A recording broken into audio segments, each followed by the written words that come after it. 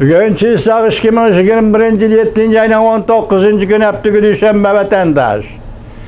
Leksiye tagidi endliksiz bilen bir fikirde muhakeme vatandaş.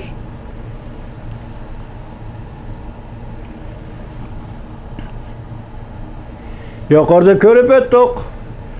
Özbek dili, ya ki BBC ya ki Amerika avazı Özbek dili. Dünya yenilikleri programımızda belgen haberini görüp ettik.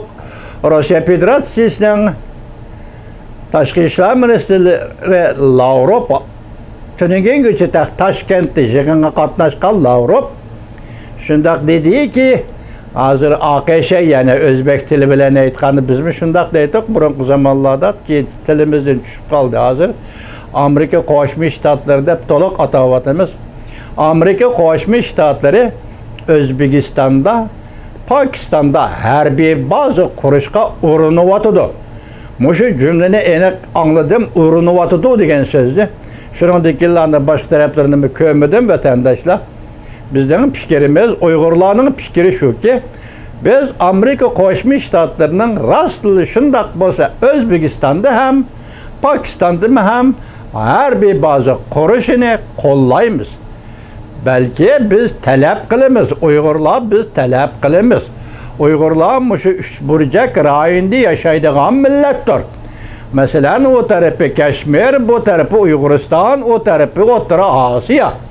Şu üç burcak zeminin içinde yaşayan Uygurlar biz. Hazır dünyanın vaziyeti coğrafi yüzünde yaki geopolitiklik ravişte Orta Asya'ya düşkende yaki Orta Asya bilen bile Afganistan'ın geleceği üstüde baş qatırıvatqan şundaq paytlarda Amerika Qo'shma Shtatları armiyasının Özbekistan'da hem Pakistan'da harbiy baza qurishini qo'llaymiz. Hatta biz talep qilamiz. Çünkü Uygurlar nima uchun talep qiladi? Asosli nima? Biz dastlab turgan zemin O'rta Osiyo. Biz Uygurlar O'rta Osiyoda yashaymiz.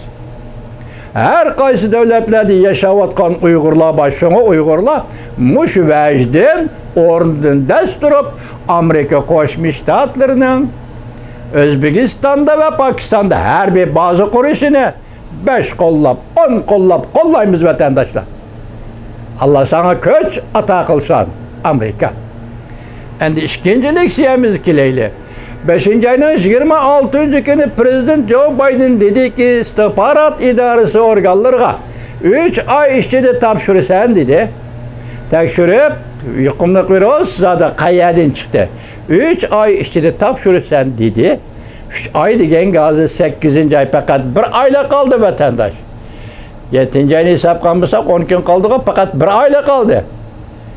Gördünüz mü? 1 ayla kaldı. Şu vakitte yetkende bugün 7. ayının 19. günü de iki haber geldi ki biri cihan alimleri yani tibbi alimler deyişti ki bu katim yuqumliq virus hergiz tabiiyatdan kelgan emas degan xulosasini chiqarishdan avval yuqumliq virus tajribaxonadan chiqib ketdi degan ko'z qarashga moyil bo'ldi deydi. O'ylab bakın.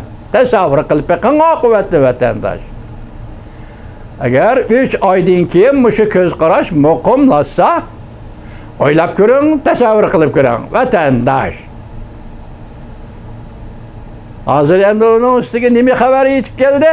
Dünya Sayyiat Tashkiloti bu yil 2. ayda Beijingni tekshirib qaytib kelgandan keyin nima degani e'lon qilgan dokladida bu virus shaprangdan kelgan ekan degan xulosani chiqadi. Darhol buning birinchi bo'lib zarb bergan kishi Sabiq Devlet İşler Katibi Mike Pompeo kötek yaşını. Bu Uygur'da gibi var kötek yaşını deydiğen gap. Lakin şununla yakınrak gap kılıp kötek yaşını. Şenmeyimiz senin dokulatına dedi. 2. ayda şu iş yüz bergen bolsa bugün hazır 7. ay. Endi hesapta 5 ay aralığında hazır. Dünya Sayyiat Teşkilatı'nın katibi Tedros dedi ki yuqumliq virus tecrübehaneden çıkıp ketdi degan sözünü inkar qilishga aldırmanglar. Hürmetli vatandaşlar, bugungi leksiyalarimiz mana bu yerda. Endi hozir ko'rib turibsiz, başta ko'rdik. Sizlarga so'zlik hozir 4 davlat. 9 ayının ahırındaki vakitte. 9 ayının ahırdaki vakitte Washington'da jığın açıdı. Endi jığın etiştin buro nazır, juqumluq virusning manbi meselesi de köz qaraş bir tarafga yuzlandi yoki bir moyillik yuzlandi degan gap bu. Vatandaşı. Vaziyat mana bu.